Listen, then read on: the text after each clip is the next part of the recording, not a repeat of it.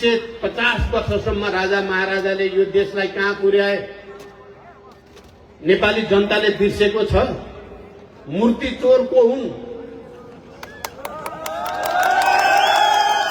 नेपालका ठुलठुला मूर्तिहरू चोरहरू अहिले राजा।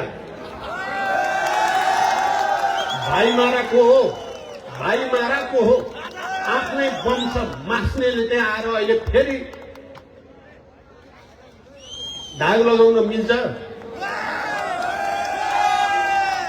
सुन तस्कर को हो? नेपाली जनताले बिर्सियो भन्न ठानेको।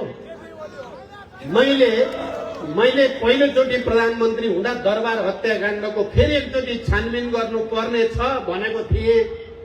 मैले त्यति बेला 5 वर्ष शासन गर्न पाएको भए म फेरि एकचोटि छानबिन गरेर भाइमारा र राजद्रोही यिनीहरूलाई इतिहासको कठघरामा ठेगान लगाउने विचार थियो।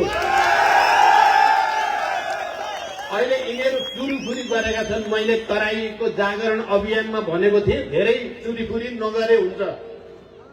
धेरै चुरीफुरी गर्यो भने धेरै मूर्खता पहिले पनि भइसकेका छ।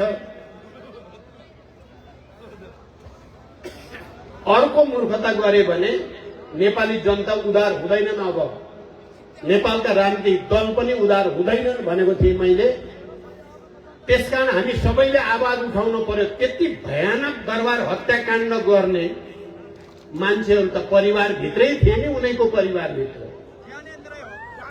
सबैले बुझेछ नि नेपाली जनताले को हो मुख्य त्यसको प्लानर, त्यसको मास्टर माइन्ड को हो भन्ने जनतालाई थाहा छ। बिर्से भन्ने ठानेका छन् तिनीहरूले। तिम्रा आसे पासेहरूले त आफै लुट्न पाइन्छ कि भनेर तिमीलाई बोक्न सक्छन्। तिमी बढी उचालियौ भने या विदेशीका एक दुईटा फोटो टाँसेर उनको घरमा आउँछु कि भन्ने सपना देखेको हो भने त्यो दिवा सपना हुनेछ। त्यो भ्रममा नरहन चाहिँ हामी अपिल गर्छौँ। त्यसकारण हामी सबैले आवाज उठाउनु पर्नेछ।